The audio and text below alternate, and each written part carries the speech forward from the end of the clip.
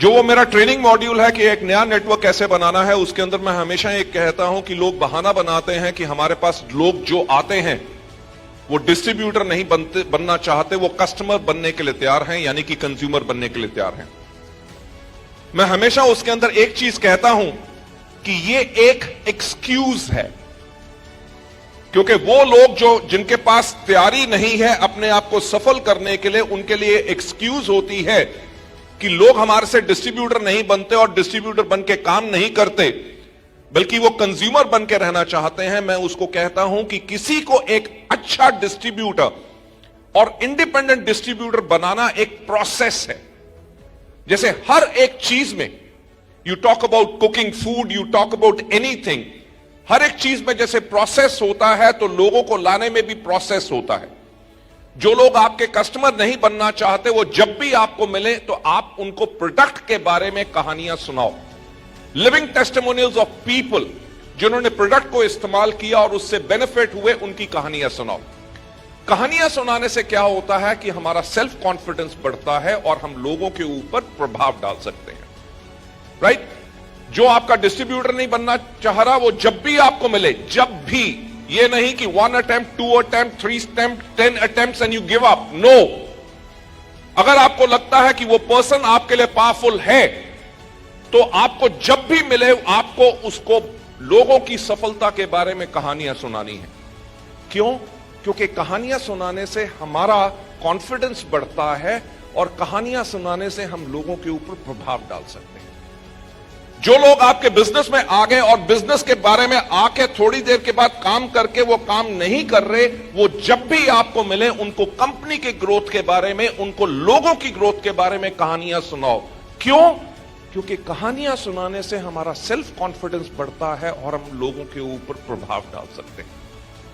Ladies and gentleman, मैं हमेशा एक बात कहता हूं कि कोई व्यक्ति हमसे प्रोडक्ट लेता है कि नहीं, कोई हमारे साथ ज्वाइन करता है कि नहीं, वो इस चीज पे डिपेंड करता है कि हमने उसको कितना इंप्रेस किया।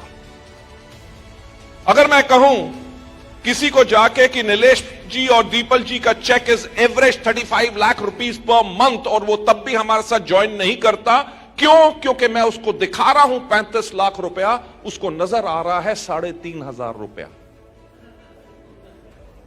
यानी कि कमी किस में है? कमी इस चीज में है कि हमारे कहानी सुनाने की जो स्टाइल है और हमारी कहानी के अंदर पावर नहीं है। सो हमारे बिजनेस का मूल्य कार्य, यानी कि जो कोर फंक्शन हमारे बिजनेस का है, वो कहानियां सुनानी है, और हमारी कहानियां हमेशा सच्ची होनी चाहिए, क्योंकि हमारा बिजनेस सिर्फ सच्चाई का बिजनेस है। हम यहां पे लोगों को सपना दिखाने नहीं लाते, हम लोगों को यहां पे रास्ता दिखाने के लिए लाते हैं कि वो अपनी जिंदगी में एक सफल अगर होना चाहते हैं तो कैसे हो सकते हैं। Thank you so much. अब मैं आपको वापस लेके जाना चाहूंगा उस कहानी पे जो मैं आपको सुनाना चाहता था, because we were talking about dreams. ये कहानी और किसी की नहीं है, ये कहानी मेरी है, राइट? जब मैं छोटा था, मेरे जो फादर थे, he was working with custom and central excise. I remember उस टाइम पे he was posted at Palam airport, जिसको आज के दिन पे इंदिरा गांधी इंटरनेशनल एयरपोर्ट कहते हैं। So he was in customs over there, तो we were living over there closer to the airport. तो जब मैं छोटा था तो मेरी मदर ने एक दिन एक सवाल मुझसे पूछा, जो सवाल आपसे भी लाइफ में बहुत बारी पूछा गया होगा। मेरी मदर ने मुझसे पूछा कि बेटा बड़े होके क्या करोगे? As a small kid, most probably मैं 5 या 6 साल का होऊंगा। I had realised one thing कि जॉब के अंदर बेशक लाइफ कंफर्टेबल हो, बट वो एफ्लुएंस नहीं हो सकती जो बिजनेस में होती है। The point which I was trying to make कि एज अ लिटिल किड, एक छोटा बच्चा होने के करके भी मैंने एक चीज रियलाइज कर ली थी कि लाइफ को अगर कंफर्टेबली जीना है और बहुत अच्छे तरीके से जीना है तो बिजनेस करना बहुत जरूरी है। सो मेरी मदर ने जब मुझसे पूछा कि बेटा बड़े होके क्या करोगे, तो आई सेड बिजनेस। सो मेरी मदर ने मुझे समझाने की कोशिश की, राइट? आप में से कितने लोग हैं जो शादीशुदा हैं? फैंटास्टिक। और आप में से कितने लोग हैं जिनकी अभी शादी नहीं हुई? वैसे इट्स सरप्राइजिंग, कुछ लोग थे जो शादीशुदा में भी हाथ खड़ा कर रहे थे, वो भी कुंवारों में भी खड़ा कर रहे हैं। I really don't know what to make out of it now, right? जो शादीशुदा हैं और उनके स्पाउस जो हैं अगर वेस्टीज में नहीं है एक्टिव, तो मैं कहूंगा उनसे डर के रहो, राइट? एंड जो अनमैरिड हैं वो अपने पेरेंट्स या अपने बॉयफ्रेंड या गर्लफ्रेंड से बच के रहो। You know why? बिकॉज जो लोग हमें सबसे ज्यादा प्यार करते हैं वो कभी नहीं चाहते कि हम सफल हों। It's a fact, it's a fact. अगर किसी का बेटा या बेटी बहुत मेहनत कर रहा है और सफल होना चाहता है, तो उसके मां बाप, ऑल दोस पीपल जो उससे प्यार करते हैं, वो उसको कहेंगे इतना काम क्यों करते हो, राइट? क्या करना है पैसा? Money is not everything in the world. अगर शादीशुदा हो तो आपकी बीवी कहेगी एक ही तो पति है,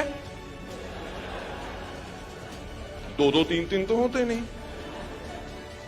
अगर आपको कुछ हो गया तो मेरा क्या होगा, राइट? भगवान आपको सलामत रखे, जो भी लाओगे सूखा रूखा सब खा लेंगे, भगवान आपको लंबी उम्र दे, अपना ख्याल रखो। सिंपल पॉइंट यह है कि आपको वो रोकने की कोशिश करते हैं कि आप मेहनत ना करो और सफल ना हो।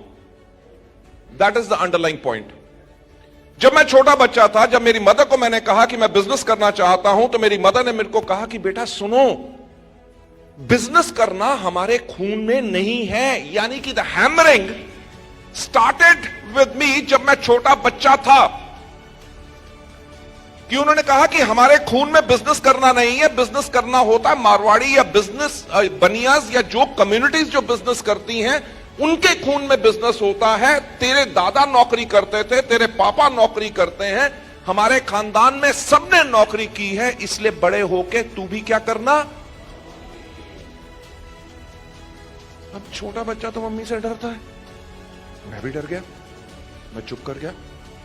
कुछ साल के बाद जब मेरे चाचा का बेटा कहता था कि मैं पायलट बनूंगा, मेरे फ्रेंड्स कहते थे मैं आर्मी में जाऊंगा, somebody used to say that I want to be a doctor, somebody said I want to be an engineer, और मैं चुप रहता था क्योंकि मेरा माइंड बन चुका था। तो मेरी मदर ने फिर मुझसे कहा कि बेटा बड़े होके क्या करोगे, बाकी सब कहते हैं और तुम कुछ नहीं कहते।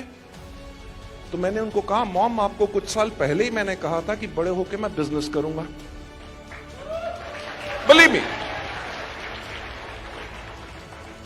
मेरी मां जो थी, she really got scared.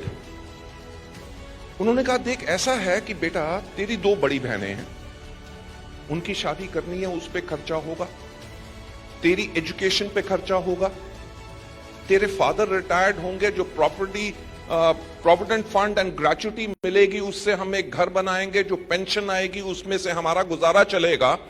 Business करने के लिए पैसे की जरूरत होती है जो हम तुम्हें दे नहीं सकेंगे, और तू इसलिए क्या करना, राइट? बात आई गई होगी।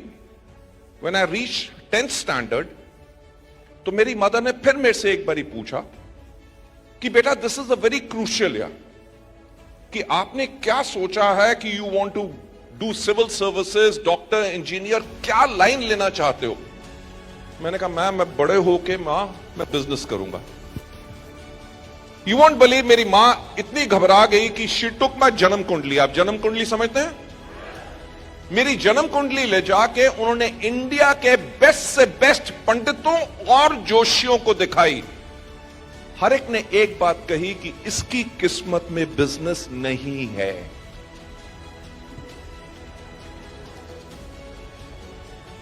Ladies and gentleman,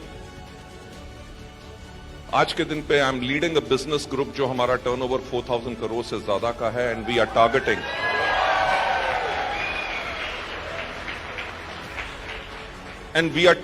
by 2025 we should be close to 23,000 crore rupee organization.